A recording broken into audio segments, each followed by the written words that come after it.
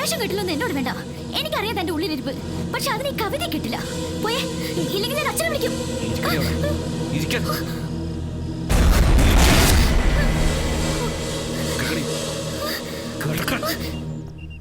എന്നിട്ട്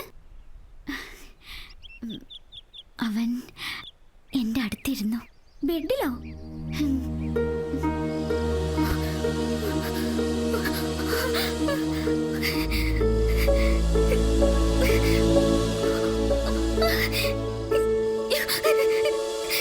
നിങ്ങൾ എന്താ കാണിക്കാൻ പോണ?